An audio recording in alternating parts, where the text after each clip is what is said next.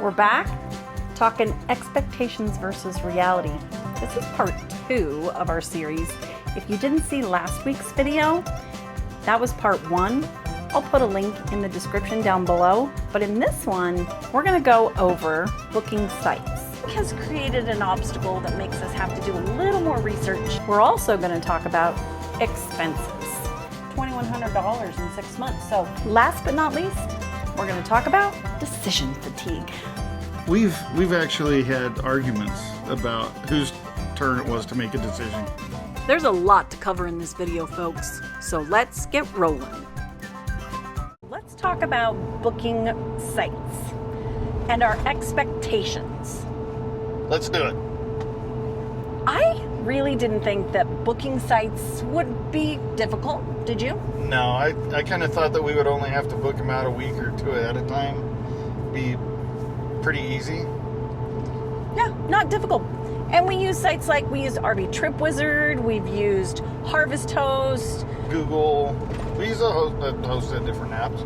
And I was like, I don't think it would be terrible. We made sure that our trailer was under 40 feet. So we thought we'll be able to fit into most places. Shouldn't be a problem at all. So the reality of booking things, there were some pieces we weren't quite prepared for. And it has to do with some of the variables that pertain to us, might not pertain to others, but the first piece and one of the most important pieces that was really important was Starlink. We do our best to make sure that we have open view of the sky. We have the dish mounted directly on the top of the trailer, and we can take it off and move it around if need to. And we need that because of work. Without it, we couldn't work Correct. remotely, so we've got to have that. It's not just because we're watching Netflix and chilling, people. And instead of just picking any available site that RV Trip Wizard has for us, we have to get on and make sure that there aren't trees overhanging or blocking, or if there are, can we find a spot that we can stretch it out, like Steve was saying. So Starlink has created an obstacle that makes us have to do a little more research and look into it a little further.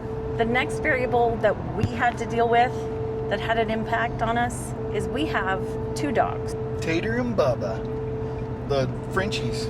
We have Frenchies. And for those of you who don't know, they have faulty cooling systems. They don't have a cooling system, do they? Their radiators don't work well. The way that this has kind of affected us is we really have to be cognizant of temperature. Where are we going to be? What's the temp going to be like? And do we have access to air conditioning? Well, for the most part, if we don't have at least 30 amp, we prefer 50, but if we don't have 30 amp, it's a no-go for us because we just have to be able to plug in and run the air conditioning for the dogs. Most folks get out and travel in the summertime. That's when they go. That's kind of the on season, the go season, the let's make it happen time of year, especially up in the north. But if you flip-flop it in the south, in Florida, Arizona, etc., that's when a lot of people camp down there. We knew this. We're going to stay in the warm weather, which is what we like to do. So because we need air conditioning, that limits locations for us because we don't have a setup that allows us to run air conditioners without electrical hookups. And that's kind of a pain in the butt sometimes. The other thing that I think we expected, but I'm also going to say the reality was a little harsher than we realized. You want to be in Florida in February? Better bring your pocketbook. If you want to be in Montana in July, good luck, people. Good luck. Everybody's up in those national parks and Glacier and Yellowstone, and I mean, you got to pay top dollar to get a spot there in those locations. Yeah. If you can get one. If you're going to try to get one, book them months out ahead. We did not anticipate that the peak travel times, which are summer and winter, they are really difficult to get in. You really have to plan ahead to book those things out, or you're going to be staying at the last KOA spot, which is the supreme prime location that nobody else wanted to fork over $150 a night for. But if you want to go, that's what you're going to pay. I'm exhausted. There's too many decisions. That's what we're talking about. We're talking about decision fatigue. Don't know if y'all have heard of this, but it is a real thing. And not really something we had expected at all. We had a lot of decisions that we knew we had to make. Like where we're going to book, what road we're going to take to get there. How long we're going to stay. Those kind of things are kind of the given, right? You know about those things. And they're the exciting things. They're the things you want to make choices on. Yeah, they're fun. It's fun to decide where to go and what to do. And we were looking forward to making decisions like that. Like, oh, this will be great. But then there's the other stuff. And it might just tip you right over the top.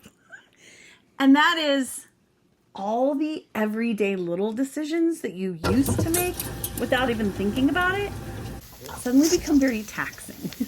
Yeah, things that were normally routine. Like, where am I going to go get gas? Well, if you live in the same house for any amount of time, you know where the gas station is. You don't even have to think about it.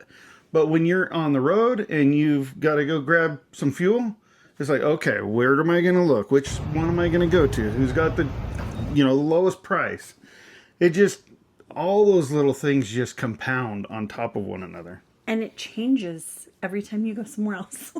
Every town you got to do the whole routine all over again. A whole new one. Where do I get groceries? How do I get there? Do we need propane? How do I get to that? Do we need an oil change? Is there any of them near? How do I get to them? When am I going to do it?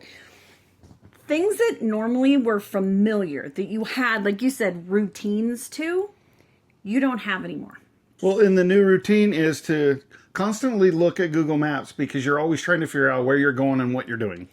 Always looking. Never getting to just coast along with it or just check out and think about 5 other things on your way to the grocery store that you go to every week. Then you have the bigger things you have to decide. Like, if you need to go to the doctor, where can I go? Is there a doctor in my network or my insurance piece that I can go to? Yeah. How do I get my mail? Where do I get my mail? Coordinating those sorts of things also are decisions, and they're bigger decisions that you have to plan ahead for. You definitely have to plan for them. One thing that happens as a side effect of making all these decisions is sometimes your brain ends up in such a fog that just regular things that you take for granted, you forget. For example, when you walk out of your grocery store, say it's Walmart, and you walk into the parking lot and you look around and you recognize the Walmart sign, but you don't know where you are. Your brain goes, what town am I in? What city am I in? Wait a minute. Where did I park? Not all the Walmarts are the same either. They put things in different places, which also makes decision fatigue even worse. That's true. We've actually had arguments about whose turn it was to make a decision because we're just tired of making decisions. Mm-hmm. You decide what's for dinner. I don't want to decide what's for dinner. It's your turn. And no, it's your turn. No. Hey guys, if you haven't already, hit that subscribe button, hit the like button, and ring that bell. We'd sure love to have the extra feedback. If you got a chance, get on there, give us a comment. Have a good day. So let's talk expenses. We decided to break it down to just the first 6 months of 2026, so January through June. We've picked 5 major expenses that we think apply most to this. So we're going to talk about RV site costs. We're going to talk about fuel. We're going to talk about insurance. We're going to talk about food. And we're going to talk about internet and phone. So what were your expectations for all of these?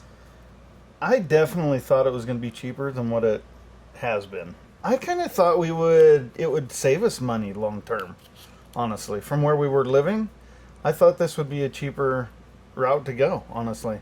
I did too. My expectation was we were downsizing, things were going to be cheaper. Let's share what we found out. So RV site costs. We thought initially it was going to be somewhere in the neighborhood of $40 a night is what we figured our average would be. And we did a little research of to see what it was. Yeah. Yeah.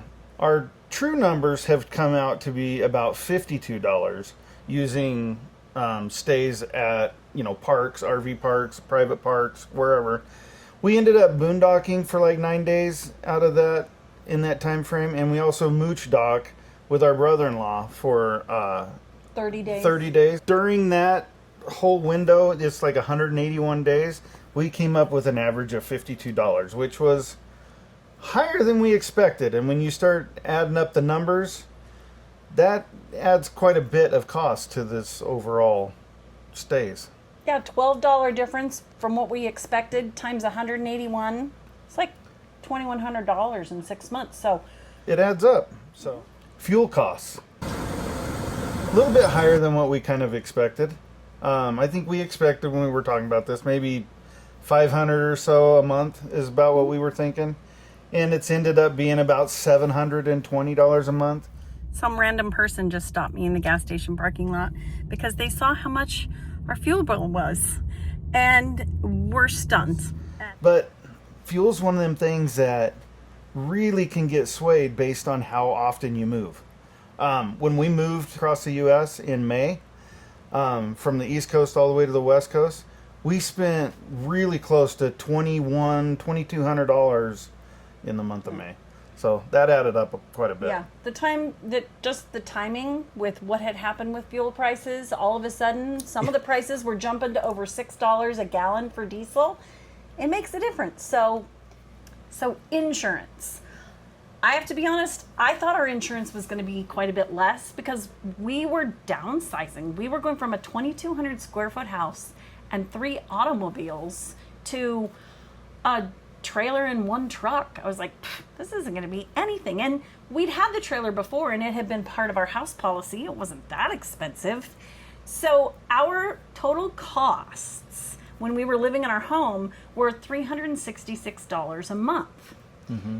And then we started shopping for full-time RV, trailer, and truck insurance. Being full-time living in it was way more expensive than we realized it was going to be. We averaged $315 a month in insurance, and that's including, the truck and the trailer together. I'd say insurance surprised us a little bit, but it isn't anything you would want to skimp on because if anything happens to your home on wheels, you're kind of in deep doo. So let's talk about food because, well, we all have to eat, right? And we love food. I don't know if you could tell. I didn't really think that food was going to be that much different. Groceries are groceries, and for the most part, our food costs as far as grocery shopping have stayed the same. We basically are spending about $1,000 a month on just the grocery part. Yeah. One thing that was kind of unexpected for us is we don't have sales tax in Oregon. So going different states that do have sales tax, some of them do tax groceries, not all of them tax groceries. Yeah. But that was just a little something to be aware of. So as far as eating out went, we don't eat out a lot. We eat out what? About once a week, I'd say. We try to look at this as we're not on vacation. We're still living. But where we go, we want to try foods. We want to try different things. I mean, when you're in New Orleans, you got to try food. Right. So we wanted to try foods, but oh my God, eating out gets really expensive if you don't keep an eye on it. So we average about $300 a month eating out and about $1,000 in groceries, which is about the same as when we were in a Sticks and Bricks. And if you tack drinks on it, that makes it go higher as well. So the 5th category, internet and phone. Mm-hmm. We didn't expect that to change much, although it did. When we were at home, we didn't have to pay $165 for Starlink every month. It's a have to have. That's a non-negotiable for us. So roughly $100 more a month than what it was when we were in Sticks and Bricks. So we're like at $350 a month for our phones and Starlink. Expectation versus reality, it's a little bit more than what we kind of expected, but at the same time, it's a non-negotiable, so you just got to put that into your budget. Just got to be prepared for it. If you want more details on the costs and cost breakdowns a little bit better than what we've went over already in this video, let us know. We can go into more depth on all these things for sure. So if you're interested in that, let us know. When you're getting ready to leave your sticks and bricks and go out on the road, we know that there are a lot of things you have expectations about. So did we. So don't be afraid to leave us a comment. Let us know what your expectations were versus what your realities were. And if you have questions about expectations, something you're wondering about, what was this like? Let us know. We'll see if we can answer it for you. We've been in Oregon almost 2 months now, and we've had a great time with family and with friends. But the boys are getting bored, and we're all getting restless to get out on the road again. So we're headed to Montana. Join us next week as we take you along with us.